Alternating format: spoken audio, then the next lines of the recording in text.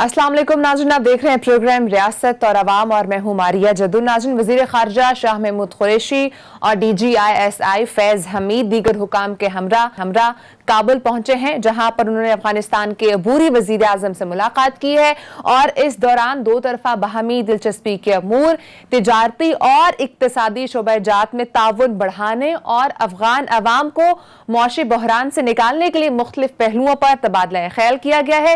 ये मुलाकात कितनी अहमियत के हामिल है, इसके ऊपर प्रोग्राम में बात करेंगे। और हालिया नाज़रीन, मॉस्को में होने वाली रूस, चीन और पाकिस्तान के खुसूसी नुमाइंदों की अफगानिस्तान के लिए जो मुलाकात हुई है वो कितनी सिग्निफिकेंट है, प्रोग्राम में बात करेंगे। नाज़रीन, प्रोग्राम के दूसरे हिस्से में बात करेंगे 27 अक्टूबर तक रिहायशियों को नेस्ला टावर खाली करने की डेडलाइन दे दी गई है। पैसे ताहाल अदा ना हो सके, रिहायशी परेशान है। सुप्रीम कोर्ट ने अपने हुक्म में क्या कहा है आपको बताएंगे। उसके साथ साथ बात करेंगे सिंध हुकूमत खामोश तमाशाई क्यों बनी हुई है, नेस्ला टावर के रिहायशियों की दाद रसी क्यों नहीं की जा रही, आखिर मसला क्या है, इस पर प्रोग्राम में बात करेंगे। नाज़रीन, मेरे साथ प्रोग्राम में मौजूद हैं फी तजियाकार अदील बड़ाइच और प्रोग्राम में आज हमें ज्वाइन कर रहे हैं स्टूडियोज में माहिर अफगान उमूर हबीबुल्लाह खान खटक साहब भी। थोड़ी देर में नाज़रीन हमें सहाफ़ी तजियाकार सिद्दीक जान भी ब्रेक के बाद ज्वाइन करेंगे। प्रोग्राम का आगाज में अदील आपसे करूंगी। सबसे पहले तो मुझे बताइएगा, जब से फॉल ऑफ ढाका हुआ है, फॉल ऑफ काबुल हुआ है, उसके बाद से हम देख रहे हैं कि पहले भी एक DGISI गए थे, उसके बाद अब ये बहुत बड़ा डेलीगेशन अफगानिस्तान गया है। कितना इंपॉर्टेंट है ये? देखें, 15 अगस्त के बाद से ये पहला पाकिस्तान का सरकारी फंक्शनल वफ्द है जो पहुंचा है। वज़ीर ख़ारजा शाह महमूद कुरैशी साहब, DGISI लेफ्टिनेंट जनरल फैज़ हमीद साहब, इसके अलावा इस डेलीगेशन में मुख्तलिफ वजारतों के सेक्रेटरीज उनके साथ मौजूद थे। तो ये पहला बड़ा ये डेलीगेशन था और ये डेलीगेशन वहाँ गया एक रोज़ा दौरे पे, जहाँ बड़े फैसले भी हुए हैं, मौके पे फैसले हुए हैं, क्योंकि जो तालिबान हुकूमत है, अबूरी हुकूमत है, उनकी बहुत सारी कुछ रिजर्वेशंस थी और पाकिस्तान के बहुत सारे तहफ़्फ़ुज़ात थे वो दूर हुए हैं। और इसमें सेक्रेटरी कॉमर्स थे, सेक्रेटरी खारजा थे, चेयरमैन नादरा थे, चेयरमैन PIA थे। सबसे बड़ा मसला 15 अगस्त के बाद से जो था वो नकलो हमल का मसला था, वो कनेक्टिविटी का मसला था।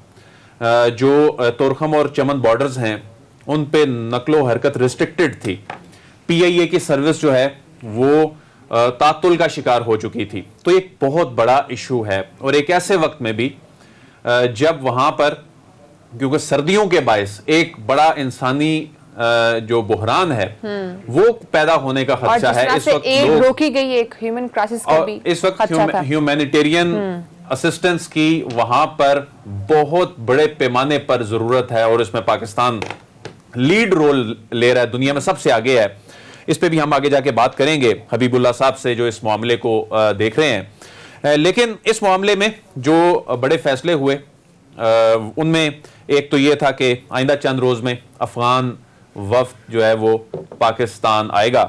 फिर ट्रेड के लिए जो बॉर्डर है इसको 24 घंटे खोलने का फैसला किया गया है और जो अफगानिस्तान के जो सब्जियां फल हैं उनको ड्यूटी फ्री करने का फैसला किया गया है। फिर जो पैदल क्रॉसिंग है उसमें 12 घंटे के लिए इसको खोलने का फैसला किया गया है। और जो बिजनेसमैन हैं वहां के और यहाँ के, तो ये बिजनेसमैन के वीजे का ये बड़ा इशू था, तो इनको ऑन अराइवल 30 दिन का वीजा देने के हवाले से ऐलान किया गया है।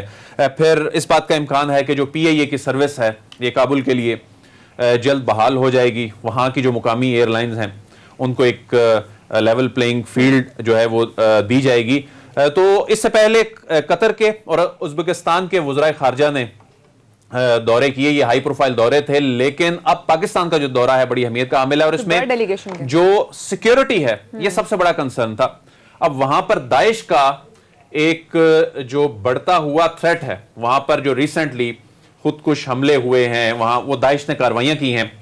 तो पाकिस्तान ने यह ऑफर की है कि दाइश से निपटने के लिए अगर पाकिस्तान की जानिब से किसी किस्म की कोई तरबियत या सपोर्ट की जरूरत है तो पाकिस्तान उसके लिए तैयार है, हाजिर है। और यहां पर जो खास तौर पर TTP के हवाले से पाकिस्तान के कंसर्न हैं, तो वहां तालिबान ने यकीन दिलाया है कि अफगान सरजमीन पाकिस्तान के खिलाफ इस्तेमाल नहीं होगी اور اس معاملے پہ مکمل تعاون کی یقین دہانی کرائی ہے پاکستان کو کرائی گئی ہے.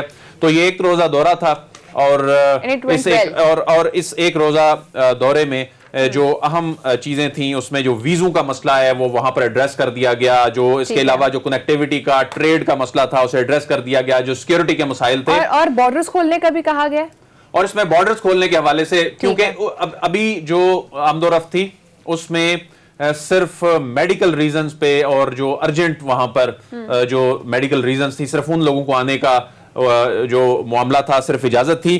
لیکن اس میں انہوں نے ویزوں میں نرمی کا بھی جو اعلان کیا ہے. اس وقت اب ہم حبیب اللہ صاحب سے بھی یہ جانیں گے کہ وہاں پر جو سردی بڑھنے کے ساتھ ساتھ وہاں چیلنجز بڑھتے جا رہے ہیں.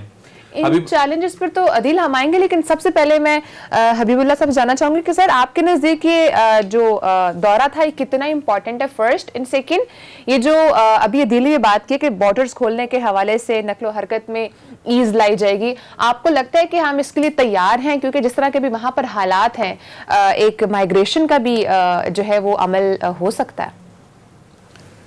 شکریہ جی, پہلے تو آپ سب کا شکریہ کہ آپ نے مجھے دعوت دی, اور میں سمجھتا ہوں ولاج صاحب نے مختصر وقت میں اچھی باتیں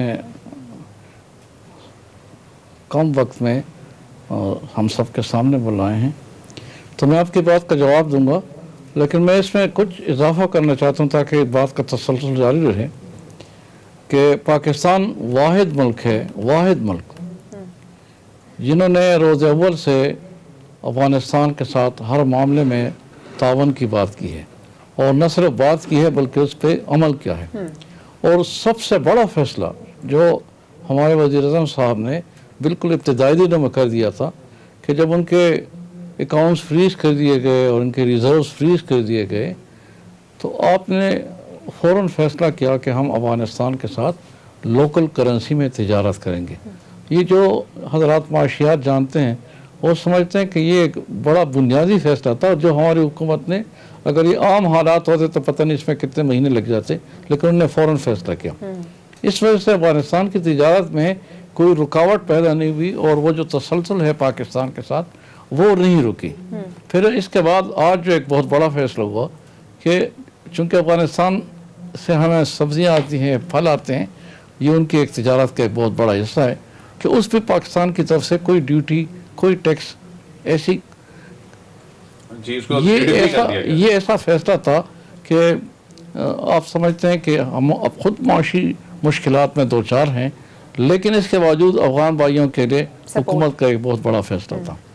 جہاں تک آپ جو ولاج صاحب نے فرمائی کہ وزیر خارجہ کا دورہ کتنی اہمیت کا حامل تھا, تو میں سمجھتا ہوں کہ سب سے بڑی بات یہ تھی کہ اس سے پہلے ہم یعنی افغانستان کے ساتھ مستقل ایک کمیونیکیشن اور ایک لنک ہمارا قائم تھا, لیکن یہی جو دورہ تھا یہ معاملات کے طے کرنے کا تھا. اس لیے قریشی صاحب ہمارے وزیر خارجہ صاحب ایک بہت بڑا وفد لے کے گئے تاکہ موقع پہ فیصلے ہوں, اور ان میں سے بعض حضرات وہاں پہ رہیں گے چند دن تاکہ جن باتوں پہ مزید کسی وضاحت کی ضرورت ہو وہ ان کو حل کر کے پھر اس کے بعد پاکستان واپس آ جائے. حبیب اللہ صاحب یہ بتائیے کہ اس وقت وہاں پر صورتحال کیا ہے, کیونکہ وہاں پر بے سر و سامانی کی حالت میں بہت سارے لوگ کابل پہنچ گئے, کابل کے قریب پہنچ گئے کہ اس وقت وہاں کے حالات اس وقت قدرے بہتر لگ رہے تھے, لیکن اب سردی بڑھ رہی ہے. کتنی بڑی تعداد میں کوئی خدا نخواستہ کوئی انسانی بحران کسی کیفیت ہے, اور پاکستان اس حوالے سے کیا پلان رکھتا ہے وہاں اپنے افغان بھائیوں کی مدد کے لیے؟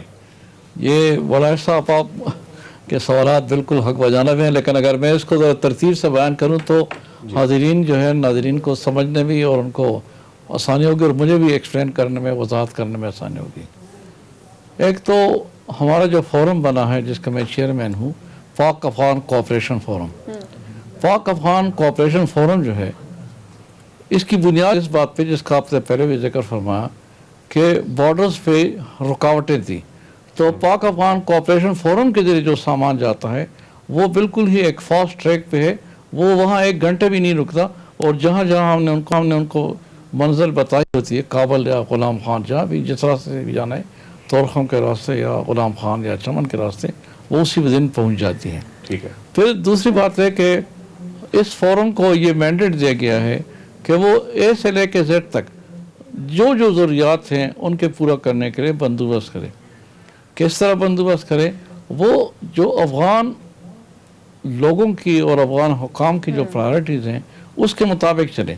तो वहाँ जो आपने बिल्कुल दुरुस्त फरमाया कि वहाँ जो सबसे बड़ी प्रायोरिटी है वो खुराक और दवाइयों के हुसूल की थी। तो हम पिछले 1.5 महीने में 86 ट्रक जिसमें हम 1863 टन सामान जो है वो भिजवा चुके हैं, और ये तमाम सामान खुराक का है या इसके अलावा दवाइयों का है। और ये हमने चमन के रास्ते को इस्तेमाल किया, हमने गुलाम खान के रास्ते को इस्तेमाल किया, हमने अंगूर अड्डे के रास्ते को इस्तेमाल किया, इसके अलावा तोरहम के रास्ते से बेशतर सामान किया। इसके बाद चूँकि हमें भी एहसास था कि सर्दी की जो ज़रूरियात हैं, और फिर अफ़गानिस्तान में जब ये हालात दगरगू हुए तो लोगों ने गाँव से शहरों की तरफ रुख किया, और इस वक्त काबुल में IDPs की एक अच्छी खासी तादाद मौजूद है। अब काबुल हुकूमत की ये ख्वाहिश है कि सर्दियों के आने से पहले पहले इनको जो है अपने घरों को वापस दिया जाए। तो अभी हमारी इस वक्त मेरे फोरम की इस वक्त जो प्रायोरिटी है वो है कि विंटराइजेशन पैकेज उनको दिया जाए। विंटराइजेशन पैकेज में क्या शामिल है? उसमें गर्म कपड़े शामिल है, लिहाफ, इसके साथ साथ एक तरफ जहां पर ये डेलीगेशन भी गया है, और हम पाकिस्तान की अगर हम बात करें तो वो हर लेवल पर इस वक्त अफगानिस्तान को सपोर्ट भी कर रहा है, ह्यूमैनिटेरियन ग्राउंड पर भी सपोर्ट कर रहा है। लेकिन 2 दिन पहले मॉस्को में अफगानिस्तान के लिए ही एक मुलाकात होती है रूस, चीन और पाकिस्तान की। लेकिन एक तरफ जहां पर ये मुलाकात हो रही, दूसरी तरफ रूस खुद भी एक मुज़ाकरात इस तरह के डायलॉग डिजाइन कर रहा है जिसमें तालिबान भी शिरकत करेंगे। लेकिन वहीं पर रूसी वजीर खारजा ये बयान भी देते हैं कि हम तब तक बाज़ाब्ता तौर पर तालिबान को या उनकी हुकूमत को तस्लीम नहीं करेंगे जब तक वो अपने किए हुए वादे पूरे नहीं करेंगे।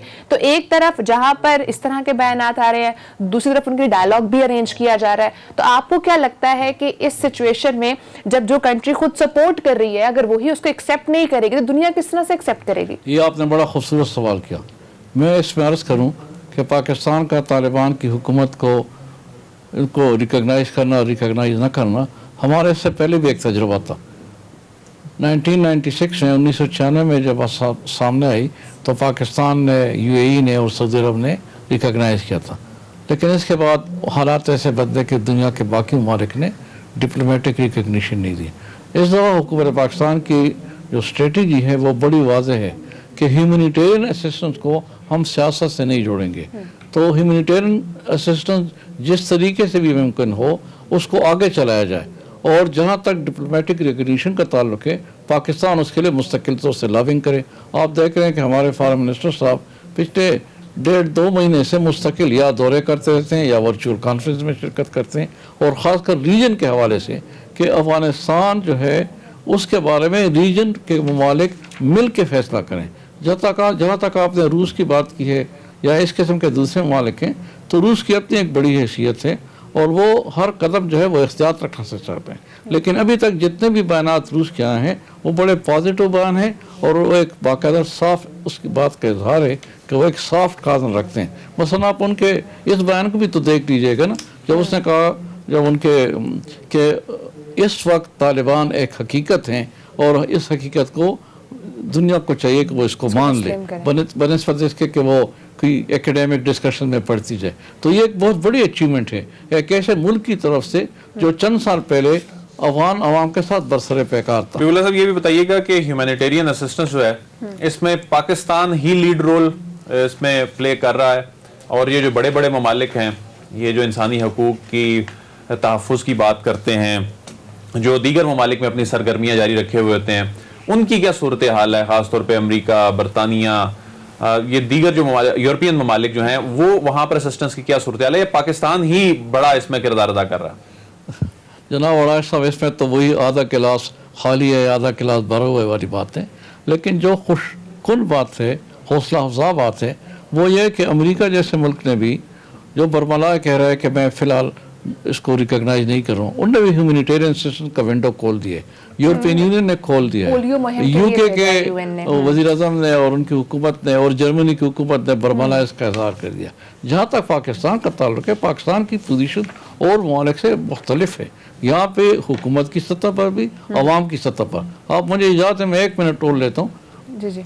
हमारे यहाँ जो NGOs हैं, मुकामी NGOs हैं, अलखिदमत फाउंडेशन आपने नाम सुना होगा, जो हमारे यहाँ इंटरनेशनल NGOs हैं जो पाकिस्तान में काम कर रहे हैं, सेव द चिल्ड्रन है, इसके अलावा हमारे जो दूसरे पीमा वाले हैं, तुर्की के रेड क्रॉस सोसाइटी, वो हमारे सामने आई और उन्होंने हमसे मिलकर उन्होंने कहा कि हम पाकिस्तान अफवाम कोऑपरेशन फोरम को इस्तेमाल करते हैं। हमने खुशामदीद का, कराची की 2-3 तंजीमें हैं। अब ये सब एक तरफ हुकूमत की मदद है, एक तरफ से लोगों की और पाकिस्तान के अंदर काम करने वाली तंजीमों की।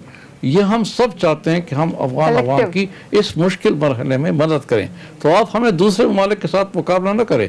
हम दूसरे ममालिक शायद वेट एंड सी की पॉलिसी इख्तियार कर रहे हैं, लेकिन ह्यूमैनिटेरियन असिस्टेंस के हवाले से दुनिया भर में एक तासुर है कि हमें अफगान अवाम को तनहा नहीं छोड़ना। जिस तरह से UN ने भी अभी पोलियो मुहिम के लिए अफगानिस्तान में अपनी एक टीम भेजी है, तो ह्यूमैनिटेरियन ग्राउंड्स पर हेल्प आउट करना is different thing.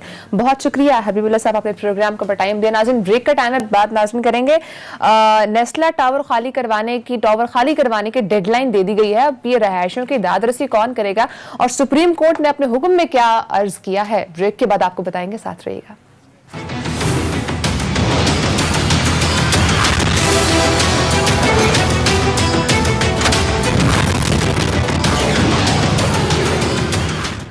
Welcome back नाज़रीन, नेस्ला टावर गिराने के लिए असिस्टेंट कमिश्नर की जानिब से 27 अक्टूबर तक की डेडलाइन दे दी गई है। सिद्दीक, मैं चाहूंगी सबसे पहले तो आप इसको थोड़ा सा नाज़रीन के लिए इसका बैकग्राउंड शेयर कीजिएगा, और सेकेंडली जब सुप्रीम कोर्ट ने हुक्म दे दिया है कि रिहायशियों को रकम देनी है, तो फिर एक हिस्से पर अमल क्यों किया जा रहा है? इमारत गिराई तो जा रही है, लेकिन रिहायशियों की दादरसी नहीं की जा रही, उनको रकम नहीं फराहम की जा रही है। देखिए मारिया, मैं अभी आपको सुप्रीम कोर्ट का वो फैसला भी नज़रसानी अपील जो नज़रसानी दरखास्तों के फैसले भी पढ़कर बताता हूँ, लेकिन मारिया ये नस्ला टावर के सिर्फ मामला नहीं है। कराची के अंदर 36,000 रफाई प्लाट हैं जिनके ऊपर कब्जे हुए, चाइना कटिंग हुई, कोई कब्रिस्तान का प्लाट था, तो कोई रास्ता था, कोई पार्क था, तो कोई स्कूल की जगह थी, कोई जो है वो अक़लियतों के मजहबी मकामात के लिए कोई जगह थी, तो कोई नालों की जगह थी और कोई अस्पतालों की जगह थी। 36,000 प्लाट्स हैं जिनके ऊपर कब्जे हैं।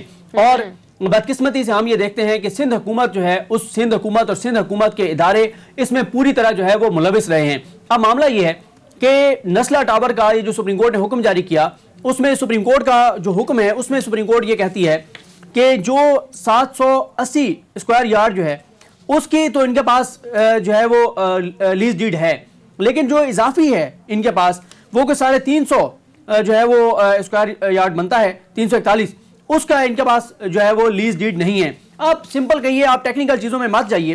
सिंपल बात यह है कि इसका एक कोई 300-350 स्क्वायर यार्ड एरिया ऐसा है जो सर्विस रोड था, जो पब्लिक प्लेस थी, जो अवामी रास्ता था, उसके ऊपर और कुछ और भी जमीन है जिसकी इनके पास ऐसे समझे कि मलकियत के डॉक्यूमेंट्स नहीं है, उसके ऊपर जो है इन्होंने वो ये बनाया हुआ है। अब इसमें एक चीज और भी देखें कि जब सुप्रीम कोर्ट ने अपने फैसले में लिखा हुआ है, आज सिंध हुकूमत बड़े दावे कर रही है, देखें सुप्रीम कोर्ट बड़ा जुल्म कर रही है, ज्यादती कर रही है, लेकिन इस फैसले में लिखा हुआ है कि सुप्रीम कोर्ट ने जब कमिश्नर कराची डिवीजन की से राय मांगी कि आप बताएंगे जमीन का स्टेटस क्या है, तो उनकी राय ये थी कि दस्तयाब रिकॉर्ड के मुताबिक प्लाट नंबर 193 का एरिया 780 स्क्वायर यार्ड था, जबकि बाकी का इजाफी एरिया जो कि 341 स्क्वायर यार्ड है जो नस्ला टावर के कब्जे में है, वो कब्जा शुदा इलाका है। तो ये खुद सिंध हुकूमत के इदारों ने सुप्रीम कोर्ट को यही बताया। अब मामला क्या है मारिया देखें, ये टेक्निकल बातें हैं, ये कि किसका कसूर था वो तो नजर आ रहा है कि इदारों का कसूर था। जब ये जगह अलॉट की गई, जब ये बन रही थी, जब NOC दी गई, जब ये बन गई और करोड़ों अरबों रुपए लोगों के इन्वेस्ट हो गए। देखें मारिया, वालिदैन की सबसे बड़ी ख्वाहिश क्या होती है? हम सब ये देखते हैं कि वालिदैन की ख्वाहिश ये होती है कि अपनी जिंदगी में अपने बच्चों के लिए छत बना जाएं। खास तौर पे जो तनख्वाहदार तबका होता है, पूरी उम्र की जमा पूंजी वो एक घर पे लगा देते हैं, वो उनको पेंशन मिलती है उसके ऊपर, घर के ऊपर लगा देते हैं, और जब वालिदैन घर बना लेते हैं तो वो एक सुकून में आ जाते हैं कि अब चलें। ज़ाहिर है एक हमारे यहाँ हम देखते हैं कि एक उम्र का सारा हिस्सा जो है इस स्ट्रगल में गुजर जाता है, और उम्र के एक ऐसे हिस्से में आगे घर बनाते हैं जब वो कहते हैं कि अब हम इस दुनिया से चले भी जाएंगे तो कम से कम हमारे बच्चों के लिए छत जो है वो मौजूद है। अब मुझे बताएं, सुप्रीम कोर्ट का ये ऑर्डर, ये बात दुरुस्त है सुप्रीम कोर्ट की कि ये सर्विस एरिया है और उनके वकील मुतमईन नहीं कर सके, सब कुछ लिखा हुआ है, लेकिन मारिया वो लोग कहां जाएं?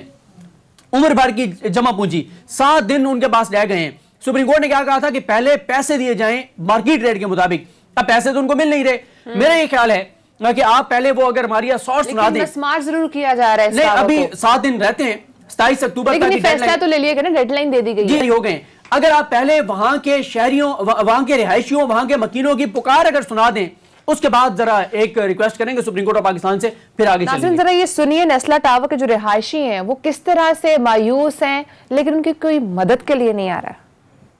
ظاہر بات ہے اگر اس کو آرڈر آ گیا بلڈنگ توڑنے کا یا جو بھی کچھ ہے تو ہمیں تو کمپنسیٹ کیا جائے نا, ہمیں ہمارے جو مارکیٹ ویلیو کے حساب سے پیسے دے جائیں. ہم کہاں جائیں گے؟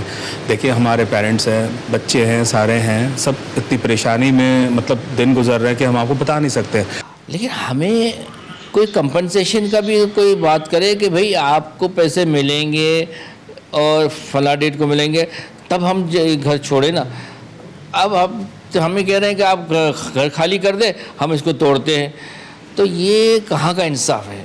لیکن ہمارا اس وقت حال یہ ہے کہ دیوان یار سے پوچھتا ہے بندہ کہ حال کیا ہے تیرا قبر میں اتارنے کے بعد, تو قبر میں اتر جانے کے بعد پھر مردہ ہی جانتا ہے کہ حال کیا ہوتا ہے اس کا. اب ظاہری بات ہے, آپ خود سوچئے کہ جب وہ پیمنٹ ہوگی تو ہم جائیں گے نا گھر خالی کر کے. مطلب ہم کہاں سڑک پہ کھڑے ہو جائیں؟ ہمارے پاس تو نہیں ہے اتنے پیسے جو ہم نے اپنی ساری زندگی کی جمع پونجی نوکریاں کر کے جو پیسے, یہ گھر خریدا تھا ہم نے فلیٹ. ہمارے سر پہ تو ہر وقت تلوار لٹکی ہوئی ہے کہ کیا کریں, کہاں جائیں. ایسا تو کہیں نہیں ہوتا. جو ڈپارٹمنٹس ہیں سندھ میں, اتنے سارے بلڈنگ جو کنٹرول کرتے ہیں یا کنسٹرکشن کے لیے پرمیشن ملتی ہے, وہ سب کہاں کام کر رہے ہیں؟ وہ ہر منتھ سیلری لے رہے ہیں, اتنے سارے لوگ ہیں, اتنا سارا سٹاف ہے, وہ کس کام کر نہیں ہے؟ تو سب ڈپارٹمنٹ کو بند کر دیں. چیف جسٹس انکل, میری گزارش ہے کہ آپ پلیز یہ بلڈنگ ٹوٹنے کا آرڈر واپس لیں. صدیق, جب رہائشیوں کی داد رسی نہیں کی جائے گی, ان کو ایک آلٹرنیٹ مہیا نہیں کیا جائے گا, تو جیسے وہ بات کر رہے ہیں کہ آپ اس کے بعد کیا ہم سڑکوں پر جائیں, تو یہ کویشچن تو ان کا ویلڈ ہے. بالکل درست کہہ رہی ہیں آپ. آخر میں دیکھیں کس درد مندانہ انداز سے بچی نے اپیل کی chief justice Pakistan justice Gulzar Ahmed صاحب سے, اور یہ سارٹ ہم نے زارا عباس صاحب ہیں کراچی سے, وہ پروگرام کرتی ہیں ایک ٹی وی چینل کے لیے, تو ان کے پروگرام سے یہ دیا ہے جو بچی نے اپیل کی چیف جسٹس پاکستان سے. دیکھیں ماریا, آپ دوبارہ یہ کہہ رہے ہیں, یہ بات درست ہے, کہا جاتا ہے کہ آپ انصاف کریں چاہے آسمان کیوں نہ گر جائے, قانون کے مطابق فیصلے کرنے ہوتے ہیں. قانون جو ہے وہ کہا جاتا ہے کہ وہ اندھا ہوتا ہے, وہ یہ نہیں دیکھتا. لیکن بات یہ ہے, یہ ایک انسانی المیہ ہے. 2 گزارشات ہیں چیف جسٹس پاکستان صاحب سے, جسٹس گلزار احمد صاحب سے. ان کے ساتھ اس طرح کے کیسز سنتے ہیں جسٹس عمر بندیال صاحب, اجاز الحسن صاحب, منی بختر صاحب, قاضی محمد امین صاحب, دیگر جو معزز ججز ہیں جو اگلے ہفتے یہ بینچ سپریم کورٹ کا وہاں بیٹھ رہا ہے, جو ججز وہاں پر موجود ہوں گے, ان سے ایک تو گزارش یہ ہے کہ کم از کم جب تک بلڈر ان لوگوں کو مارکیٹ ریٹ پر پیسے نہیں دے دیتا, کم از کم تب تک ہماری بھی یہ گزارش ہے کہ یہ اداروں نے الاؤ کیا ہے ان سے پیسے وصول کرنے, ان سے بھی اس طرف بھی بالکل آپ نے درست نشاندہی کی. ایک تو یہ ہے کہ جب تک ان کو کمپنسیشن نہیں مل جاتی تب تک یہ نہ گرایا جائے, یہ ہماری گزارش ہے. ان لوگوں کی بھی اپیل ہے چیف جسٹس پاکستان صاحب سے. اور دوسرا جو ہے, مجھے یاد ہے ماریا, ایک بار ثاقب نثار صاحب نے کہا تھا کہ مسئلہ یہ ہے کہ اس طرح کی تعمیرات ہوتی رہتی ہیں, 30-40 سال بعد پتہ چلتا ہے, جب چیک کرتے ہیں کہ کون کون سا ادارہ تھا, پتہ چلتا ہے کہ اس ادارے کے جو لوگ ہیں وہ اب دنیا میں نہیں رہے. تو ثاقب نثار صاحب نے ایک بار کہا تھا کہ اب وقت آ گیا ہے کہ اس طرح سے کرپشن لوٹ مار کر کے اس طرح کی تعمیرات کرانے والوں کو قبروں سے نکال کے لٹکایا جائے اگر وہ اس دنیا سے چلے گئے ہیں. میرا خیال ہے واقعی وہ وقت آ گیا. اگر کسی نے یہ غلط کام کیا ہے ان کو سزا دیں. ان لوگوں کا خدارہ دیکھیں جنہوں نے عمر بھر کی جمع پونجی, اور وہ بچے دیکھیں, بچے جب کسی گھر میں شفٹ ہوتے ہیں, بچوں کی اس گھر کے ساتھ ایک جو ہے وہ ایک اٹیچمنٹ ہو جاتی ہے, وہاں جو دوسرے بچے ہیں, جو پڑوسی ہیں, ایک پورا وہ بن جاتا ہے. عمر بھر کی جمع پونجی انہوں نے لگا دی, کروڑوں روپے کے وہاں پہ فلیٹس ہیں, اور اب ایک بتایا گیا چند دنوں میں کہ 7 دن ہے آپ کے پاس اور آپ کا گھر گرا دیا جائے گا, 1 روپے بھی ان کو نہیں ملا. تو یہ کچھ گزارشات ہیں جو ہم نے چیف جسٹس پاکستان کے سامنے. اچھا عدیل, اس میں کچھ ہمارے سیاستدان ہیں, سینئر ہیں کافی. اگر میں سی ایم سندھ کی بات کروں, فاروق ستار صاحب کی بات کروں, مفتاح اسماعیل صاحب کی بات کروں, حافظ نعیم الرحمان صاحب کی بات کروں, یہ تمام وہ سیاستدان ہیں جو کہہ رہے ہیں کہ جس طرح سے بنی گالا کو ریگولرائز کیا گیا ہے تو اس کو بھی ریگولرائز کر دیں. دیکھیں اس کے 2 پہلو ہیں. پہلی بات تو یہ ہے کہ جو شارٹس ہماری ٹیم نے پلے کیے ہیں وہ سننے کے بعد واقعی یہ ایک بڑا ایک انسانی المیہ ہے. یعنی یہ سینکڑوں خاندان, یہ سینکڑوں لوگ, یہ کیا کریں گے کسی نے سوچا ہی نہیں. اور یہ جو انتظامیہ جس ایمانداری سے اس کو گرانے کے لیے ڈیڈ لائن دے رہی ہے, یہ جانے بغیر, ظاہر ہے سپریم کورٹ کا حکم ہے, کاش اتنی ہی ایمانداری اس انتظامیہ نے اس وقت دکھائی ہوتی جب یہ مین روڈ کے اوپر یہ ٹاور تعمیر ہو رہا تھا उस वक्त ये हाथ पे हाथ धरे बैठे थे। ईमानदारी तो दिखा रहे हैं, लेकिन आधी ईमानदारी दिखा रहे हैं, पैसे नहीं दे रहे।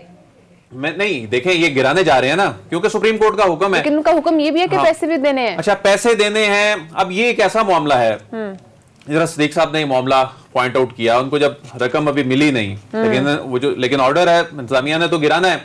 मैंने खुद जाकर देखा कि यानी जिस लोकेशन पर ये टावर है, हमारे दोस्त हैं राजा जुहेब साहब, उन्होंने वो साइट विजिट करवाई और वाकई वहां पर एक जो लेन है, सर्विस लेन है, उसको इन्होंने कब्जा किया हुआ है, जिसके ऊपर ये बना है, और ऐसी लोकेशन पे बना है कि ये इंतजामिया की आंखों से ओझल हो ही नहीं सकता था। और ये निसार साहब ने कहा ना, साबिक चीफ जस्टिस साहब ने, कि वो वक्त आ गया है कि ये जो पुराने लोग हैं इनको कब्रों से निकालकर इनका एहतसाब किया जाए। मैं समझता हूं कि हाल ही ये है। अब तो इस तरह के कई मुतासरीन आपको नजर आएंगे, जब ये नैब से भी ये हाउसिंग सोसाइटियों वाले इख्तियारात वापस ले लिए गए हैं, लोगों की जमा पूंजी लुट जाएगी, कोई पूछने वाला नहीं होगा। अब ये लोग यहां पर आए, इनको अलॉटमेंट्स हुई, इन्होंने ये अपार्टमेंट्स खरीदे, उस वक्त ये इंतजामिया हाथ पर हाथ धरे बैठी थी। आज ये लोग तो बेघर हो जाएंगे, लेकिन उन लोगों से मुतल्लिक क्या उन लोगों का रिकॉर्ड क्यों नहीं निकलवाया गया? उस वक्त कौन था कमिश्नर, उस वक्त कौन था डिप्टी कमिश्नर, उस वक्त कौन था असिस्टेंट कमिश्नर, उस वक्त किसके दस्तखतों से ये अप्रूवल हुई? लेकिन आज मुतासरीन ये वही लोग हैं, यही अलमिया यहां का। और हमारे समंदर पर पाकिस्तानियों का सबसे बड़ा शिकवा क्या होता है? इमरान खान साहब के पास जो उनका पोर्टल है, सबसे ज्यादा जो शिकवे शिकायत आते ही हैं कि वो अपनी जिंदगी की जमा पूंजी से यहां पर जगह खरीदते हैं और पता चलता है सोसाइटियां बन गई हैं, टावर बन गए हैं, उनकी मंजूरी कोई नहीं है, तो ये इंतजामिया से कौन पूछेगा? ये बहुत बड़ा इंसानी अलमिया है। यानी किसी की सारी जिंदगी की कमाई, उनके बच्चों के ज़हनों पे क्या असर होंगे, और उनको फिर बेघर करने के, यानी ये तो एक ऐसी सिचुएशन बन गई ना। और दूसरा जो आपने सवाल किया कि बनी गाला की रेगुलराइजेशन वाला, उसमें देखें, इसमें जब ये जगह कवर की ना, ये तो बिल्डर ने कवर की।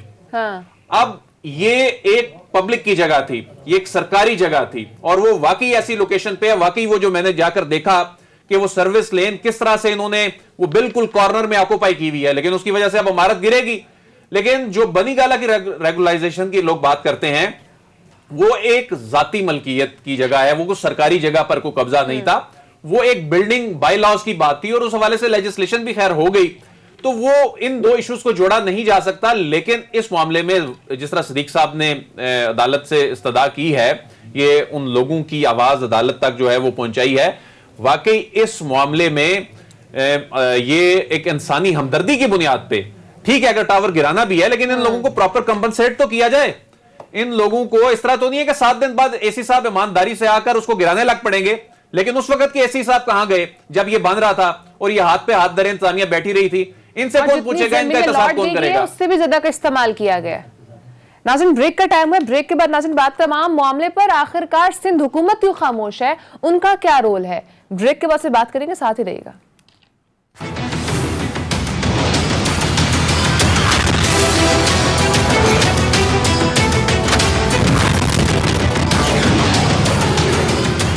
Welcome back. नाज़रीन, नेस्ला टावर का जो मसला बना हुआ है, इस पर सब तो बोल रहे हैं, रिहायशी भी बात कर रहे हैं, सुप्रीम कोर्ट भी बोल रही है, लेकिन नहीं बोल रही तो सिंध हुकूमत नहीं बात कर रही है, खामोश तमाशाई बनी है। सिद्दीक, वजह क्या है? सिंध हुकूमत क्यों नहीं इस पर कुछ एक्शन ले रही है, क्यों नहीं बात कर रही है? सिंध हुकूमत क्या करे? ज़ाहिर है वो है ना कि शरीक जुर्म ना होते तो मुखबरी करते। हमें खबर है लुटेरों के हर ठिकाने की, शरीक जुर्म ना होते तो मुखबरी करते। देखिए ये सब कुछ सिंध के अंदर जो हुआ है, जो कराची के अंदर हुआ है, सिंध के जंगलात देख लें। हमने वो एक स्टोरी बड़ी ज़बरदस्त हमने तैयार की हुई थी, लेकिन आज क्योंकि हमने नेस्ला टावर पे बात किया, नेक्स्ट वीक बात करेंगे। जो बिलावल भुट्टो जरदारी साहब ने कहा कि मीडिया बकवास करता है, तो हम जरा दिखाएंगे कि मीडिया वाकई बकवास करता है या सिंध के को आपने इस तरह से उसका हशर नशर कर दिया है कि सुप्रीम कोर्ट को भी कहना पड़ता है कि सिंध को माफिया चला रहे हैं। चीफ जस्टिस जो थे साबिक सिंध हाई कोर्ट के, उनको भी कहना पड़ता है कि 7 घर तो डाइन भी छोड़ देती है। आप कम से कम अपने सियासी किबला और काबा जिस शहर को कहते हैं उसको तो आप बख्श दें, वहां तो करप्शन लूट मार ना करें। बात यह है कि बिलावल साहब को खुद भी कहना पड़ता है कि कराची की ऑनरशिप लेनी पड़ेगी। हाँ, और फिर इसमें हमारी जैसे हमने बात की, और अभी मैंने कुछ और भी, हम नेक्स्ट वीक इसका फॉलोअप भी करेंगे और मजीद बात करेंगे इस पे। हमारे एक रिपोर्टर हैं शाहिद हुसैन साहब, उन्होंने भी इस हवाले से तमाम मुतासरीन से बात की। वो इससे भी दर्दनाक उनकी बात थी, उनकी इस्तदा थी। जैसे जैसे टाइम करीब आ रहा है डेडलाइन का, उनका जो दुख और तकलीफ है और उनका जो कंसर्न है, उनके जो खदशात हैं वो बढ़ते चले जा रहे हैं। और इसमें मारिया, मैं रिक्वेस्ट करूंगा, पहले हमने जजेस से दरखास्त की और अटॉर्नी जनरल पाकिस्तान خالد جاوید خان صاحب جو خود کراچی سے ہیں اور وہ ہمیشہ میرٹ کی بات کرتے ہیں, سپریم کورٹ میں تمام عدالتوں میں ان کا احترام بھی بہت زیادہ ظاہر ہے, وہ ہمیشہ جو ہے وہ بڑی ریزنیبل بات کرتے ہیں. ان سے بھی درخواست ہے اٹارنی جنرل پاکستان صاحب سے بھی کہ وہ بھی ذرا عدالت میں اگر یہ معاملہ دوبارہ متاثرین لے کے آتے ہیں تو کم از کم یہ ضرور درخواست کریں. سوال یہ ہے, خالد جاوید صاحب عدالت کی معاونت میں بڑا بہترین ان کا کردار ہوتا ہے, تو جب یہ کیس چل رہا تھا تو اس معاملے کو چونکہ آپ کور بھی کر رہے تھے, تو اس میں ان کی معاونت کیسی تھی؟ اور وہ تو درد دل رکھنے والے انسان بھی ہیں, بہترین قانون دان بھی ہیں, تو ان کا اس میں پوائنٹ آف ویو کیا ہے؟ ظاہر ہے وہ وفاق پاکستان کو ریپرزینٹ بھی کرتے ہیں, تو ان کی بھی اس میں کوئی اس وقت کردار تھا؟ دیکھیں یہ کیونکہ وڈائی صاحب معاملہ کیونکہ صوبائی تھا, ایڈوکیٹ جنرل جو سندھ ہیں ان کو سنا جا رہا تھا, سندھ اور کراچی کا معاملہ تھا, صوبائی معاملہ تھا, اس پہ میں نے تو کہیں نہیں دیکھا کہ ان کو سنا گیا ہو اس معاملے میں, کیونکہ اس کی وجہ یہ ہے ظاہر ہے ہم تو آرڈر پڑھ رہے ہیں یا ہم ظاہر ہے جو چیزیں رپورٹ ہو رہی تھی ہمارے دوست وہاں سے جو رپورٹ کر رہے ہوتے ہیں اس کو ہم دیکھ رہے ہوتے ہیں, کیونکہ ہم وہاں پہ خود موجود نہیں تھے, اس لیے مجھے یہ کنفرم تو نہیں ہے کہ ان سے کوئی چیز پوچھی گئی تھی نہیں پوچھی گئی. لیکن یہ ضرور میری ریکویسٹ ہے ان سے خالد جاوید خان صاحب سے کہ جب اب ایک تو متاثرین کو دوبارہ ایک تو ریویو اب ان کا مسترد ہو گیا, کوئی اور ان کے پاس ریمیڈی ہے تو نہیں, لیکن وہ وکیل ظاہر ہے ان کے جانے چاہیے, بات کرنے چاہیے, اور اس موقع پہ اٹارنی جنرل پاکستان کو بھی ان کے ساتھ کھڑے ہو کے عدالت کو یہ ریکویسٹ کرنی چاہیے کہ جب تک ان کو کمپنسیشن نہیں مل جاتی آپ بلڈر کو ڈیڈ لائن دیں, کمپنسیشن ان کو دلوائیں, اس کے بعد بالکل ان سے خالی کروا رہے ہیں, ان سے فلیٹس اور گھر خالی کروا لیں اور پھر چاہے گرا دیں. تو یہ بس ایک درخواست تھی. دیکھیں نا صدیق صاحب, بلڈر پیسے کما گیا, منظوری دینے والے اس وقت پیسے بنا گئے ہوں گے یقیناً, تو متاثرین تو یہ لوگ ہیں نا, لیکن ظاہر ہے ایک سسٹم ہے,